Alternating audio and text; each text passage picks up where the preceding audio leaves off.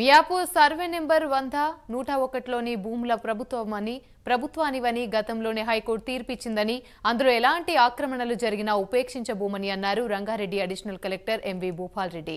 మియాపూర్ దీప్తి శ్రీనగర్ భూములను deputy collector Serilingampally తహసీల్దార్ వెంకారెడ్డితో కలిసి పరిశీలించారు. ఈ భూములు రాష్ట్ర ప్రభుత్వానివి 2003లోనే తీర్పిచ్చిందని అనంతరం రాష్ట్ర ప్రభుత్వం ఈ భూములను హెచ్ఎండిఏకు అప్పగించిందని గుర్తు చేశారు. ప్రభుత్వ భూములను ఆక్రమిస్తే చర్యలు తప్పవని అందుకు ఎవరు అతీతులు కాదన్నారు.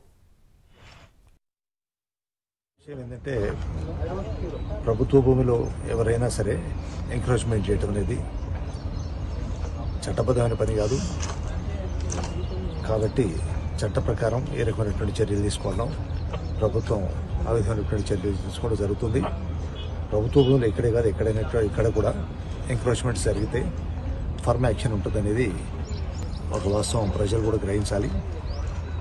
ప్రభుత్వ భూమి ఖాళీగా ఉన్నప్పుడు అది కూడా కోర్టు పరిధిలో ఉన్నప్పుడు దాంట్లో ఎంక్రోచ్మెంట్ చేయటం అనేది సరైనటువంటి పద్ధతి కాదు.